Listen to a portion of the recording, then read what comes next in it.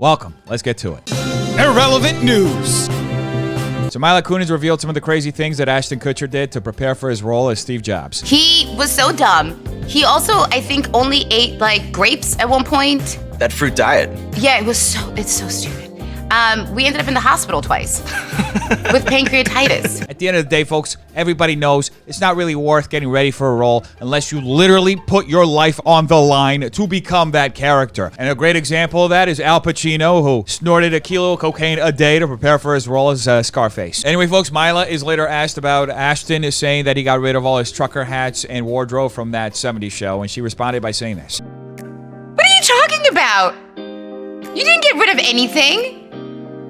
You have plenty of trucker hats, and the entire 70s wardrobe is downstairs. What is this? Shrugging Who and looking. are you talking to?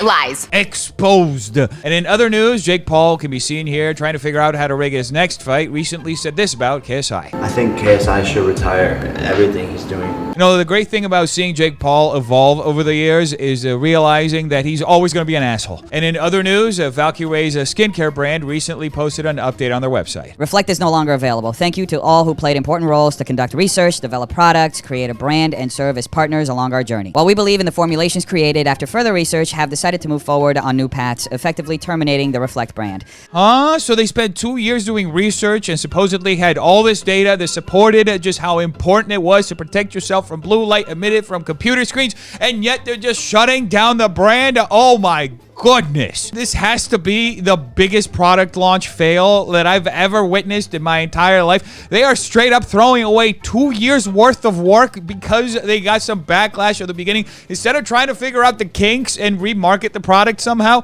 they're just gonna throw everything in a dumpster fire and call it a day. I really wish I had that kind of fuck you money. Now, even though this is an easy exit for Ray, I don't think this is the best outcome for her because when you think about it, how's anybody supposed to trust her decision making or her judgment about any products or anything that she promotes moving forward when a product that she literally said she spent 2 years developing and looking at research was so incredibly flawed that the only way for them to fix it was to literally shut down the brand. Anyway, folks, moving on to the Ace family, who are rapidly moving on to become the most sued family in YouTube history for doing this meetup in May. Wait a minute, I don't see anything wrong with that. It's just a whole bunch of people gathering together in the middle of a pandemic to go do something that is absolutely legal because Austin McBroom surely went and got a permit for it. And for all the Ace family haters out there, you should know that the situation never got out of control.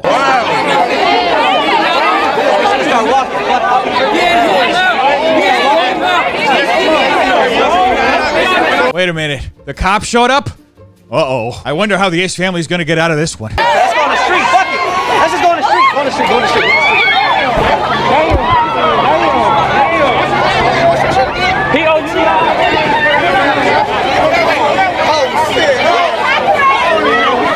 Anyway, folks, this borderline riot was organized by Austin back in May to promote his boxing event with Bryce Hall, which now, as we all know, was a massive financial failure. In fact, he's being sued by his business partner for over $100 million. By the way, the only way that the Ace family was able to get out of this situation was by literally breaking into a store and hiding in there as screaming fans were literally pounding on the glass to get in. So it's understandable that the city of Beverly Hills was going to see this situation and not be too happy about it. On May 29, 2021, a defendant's planned, a mob of hundreds of fans began to form around the 300 block of Rodeo Drive. As crowds grew, McBroom and Hassan personally appeared and encouraged yelling, chanting, and disorder. Oh, come on, folks. Is it really that big of a deal? Austin McBroom just wanted to get together with his couple of thousand friends and smack around a Bryce Hall piñata so that he could hopefully get enough viral moments out of it where he could actually get people to talk about his shit event. In one video posted to social media, McBroom is heard asking Hassan which way the mob should continue after BHPD set up roadblocks and began to quell the chaos. Hassan instructs McBroom to avoid the police and continue the parade. And what does the city of Beverly Hills expect Austin McBroom to do? Actually follow the law or get a permit to do something like this? This is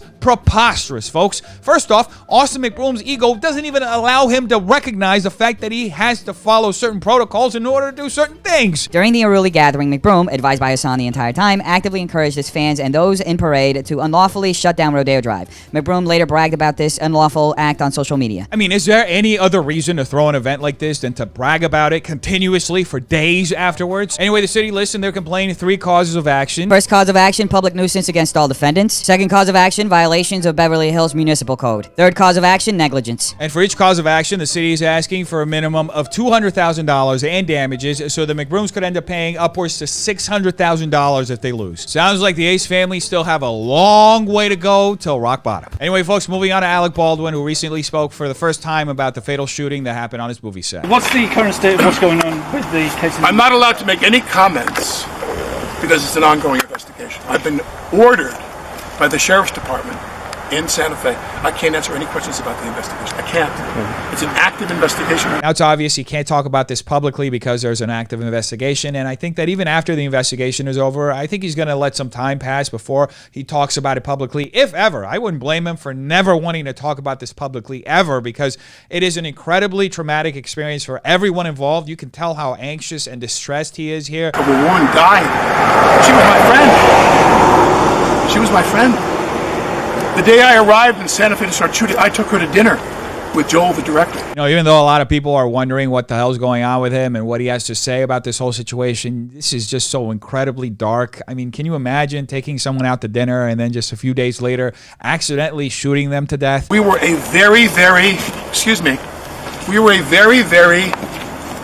well-oiled crew shooting a film together, and then this horrible event happened. I don't know about that one, Alec. I mean, folks, it's been well documented since the incident by crew members and other people involved with the production that production had a lot of issues. A bunch of union crew members walked out because of those safety issues. They, in fact, wrote a letter to the producers telling them that it was unsafe work environment. There were 2 misfires using the exact weapon that Alec used to accidentally fatally shoot the DP, Helena Hutchins. So saying that the production was a well-oiled machine may be a little bit of an exaggeration. Anyway, Alec Baldwin later spoke about how Helena Hutchins' family is dealing with the situation. The guy is overwhelmed with grief.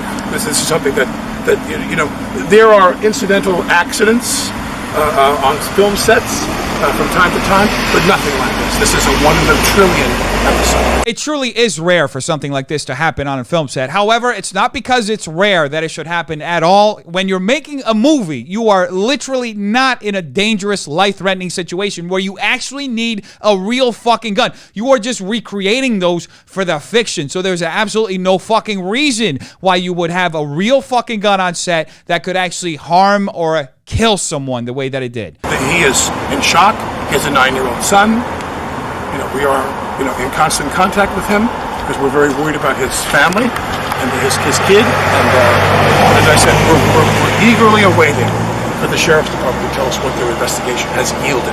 Anybody who was on a film set probably knows exactly what happened. I don't think a police investigation is really going to reveal anything different from what people who are on set already know or have already divulged to the press. Maybe a couple of details that, as far as the gun and why it may have misfired, will become clearer. Would you ever work on another film set that involves firearms of that nature? I couldn't answer that question. I really don't have any. I have no sense of that at all. I do know that an ongoing effort to limit the use of firearms on film sets is something I'm extremely interested in. I still fail to fucking understand why anybody would have a real fucking gun on set when you're not in an actual life-threatening situation and in need of an actual gun. As I said, you are just literally recreating the situation for fiction. So there's absolutely no fucking need to have an actual fucking gun on set. Apparently, the only reason why they had that gun on set was so that they could get an accurate kickback. But holy fucking shit, folks. We have 3D printing machines. We have every fucking thing that you can think on Earth as far as technology goes nowadays. CGI is better than it's ever fucking been. You're telling me that they can't fucking create an effect where the gun looks real enough nowadays? It's just it's such fucking bullshit. Some new measures have to take place. Rubber guns, plastic guns, no real armaments on set. That's not for me to decide. It's urgent. it's urgent that you understand I'm not an expert in this field. And that's why he shouldn't be handling a fucking gun on set. He has no fucking idea the first thing about gun safety. And I'm not saying that it's something he couldn't learn. I'm saying that 95% of these fucking actors who are handling guns on set are usually anti-fucking gun in the first place and are only handling a fucking gun on set because it's something that their character would do and to make it look more authentic. I mean, fuck that bullshit. It just costs someone their fucking life. Anything else? Okay. So just do me a favor, you don't mind? My kids are in the car crying. Because you guys are following And all I want everything to do, they as a know. courtesy to you, I came to talk to you. I'm not allowed to comment on the investigation. I talk to the cops every day. I talk to them every day to find out. They know what you want.